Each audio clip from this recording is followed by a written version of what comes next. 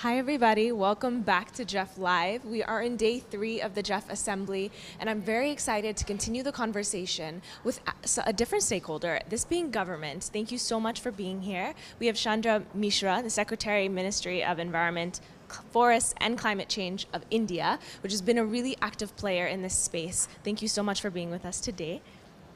First off, the first GEF Assembly was held in India, and now we are here with GEF 7. And so what has your experience been at this assembly? How do you feel about the role that India has been playing in driving this conversation? India, as far as GEF is concerned, has a dual role to play, both as a donor and as a recipient.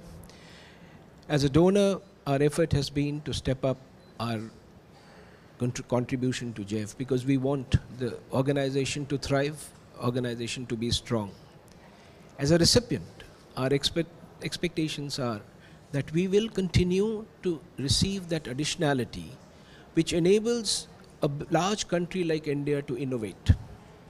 At the end of the day, if you want to carry out programs and see its success, the critical element in the narrative has to be on innovation.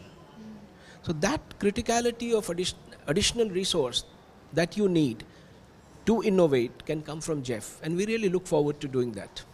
Whether it is in terms of our ecology, smart cities, whether it is on simple things like waste management, whatever it is. Yeah. And can you share with us a little bit of the impact of past GEF funds and what innovation you've seen in India from these contributions? The past GEF funding has been good as far as India is concerned. And we've had some very, very good programs. Let me put it in two ways. One is the small grant program that we've done with GEF. That has seen immense innovation by individuals. Our problem, of course, thereafter is scaling it up, which we are trying to do. But the initial inputs that have come have really helped people to innovate. On the larger aspects, we have been working with GEF on, I said, smart cities. We've been working with GEF on many issues relating to conservation, where we think we have done extremely well. And most of the internal impact assessments show that we are on track. And I want to hear a little bit more about plastics and waste management. At the UN Environment Assembly, we have this message of beat pollution, and there's been a new wave of going against single-use plastics. How is India kind of championing this moving forward as a developing country? I hope you're aware that on the 5th of June this year, the World Environment Day was hosted by India, and the subject matter was beat plastic pollution. So plastic is something that India has taken on very critically. And one of the commitments that was made on that day was that by 2022, India will try and see that it is able to substantially reduce the use of single-use plastics. And a campaign has started, not just in government, but outside government in India to do that. On a more legalistic front, 2016 was a watermark because we had the plastic waste rules, which is a legislation in a way, which mandates all producers to take care of the plastic waste that they produce. So it's the extended producer's responsibility which has come in. Not very easy to implement, but as a country we are moving ahead. But let me also tell you, there seems to be a huge social movement towards reducing single-use plastic, and one of our major states, Maharashtra, just introduced a ban on 23rd of this month, and we are very happy about that.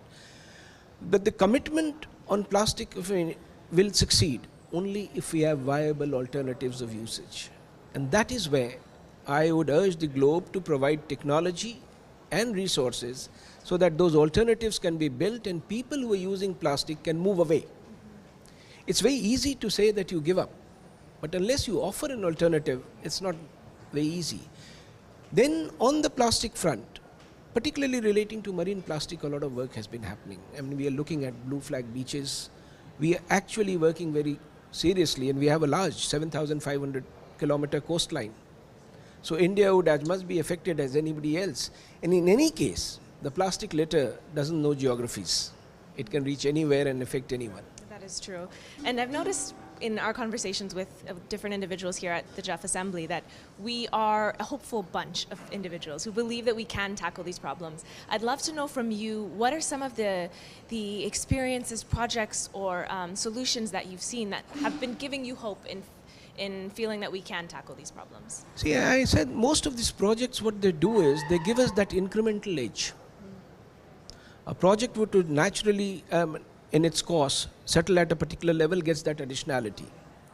And there is hope because there is very little despondence in terms of projects not doing well and failing. There's a strict monitoring. There's a good system in place. So the projects have done well.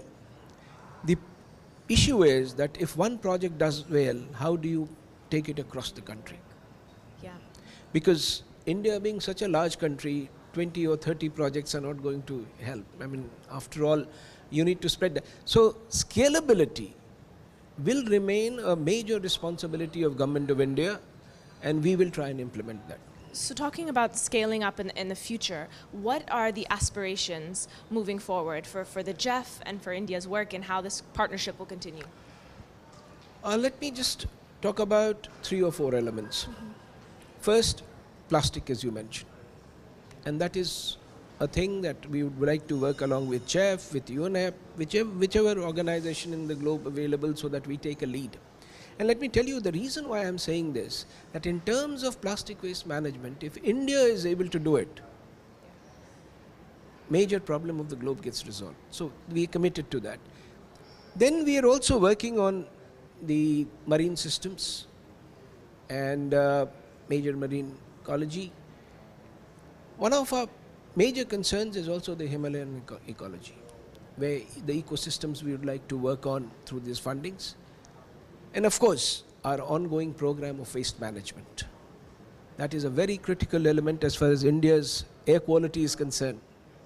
So to improve the air quality, we would like to invest both ourselves more in waste management and also seek funding.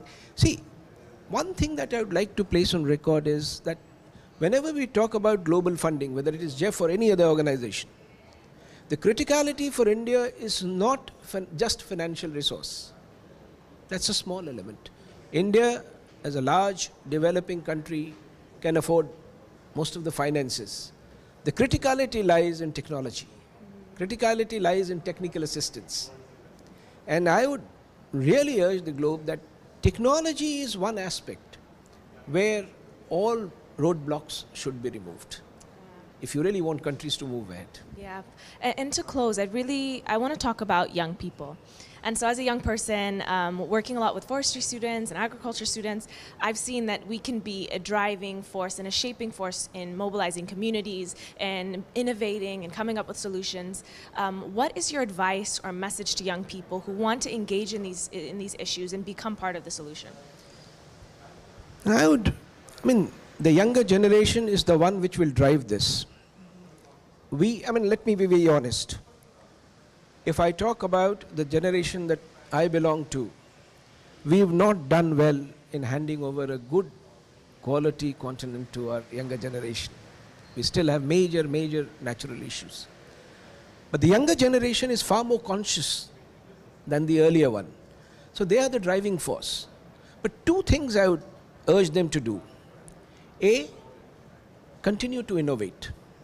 Because unless they innovate, they will not be able to move forward. It has to be disruptive. So disruption being the key, failures will come, and the younger generation should not give up because of that. Yes, so the message of being courage and persevering even if you're uncomfortable, because that's what it takes to be disruptive, to innovate, and to be comfortable with failure. Thank you so much for being here with us. We so appreciated this conversation. And thank you those who are watching online. Continue engaging in this conversation through the hashtag #JeffLive and connecting on the Connect for Climate Facebook page. Thank you and see you later. Thank you very much, and let me assure you that India has huge development imperatives, but it will be green. Thank you.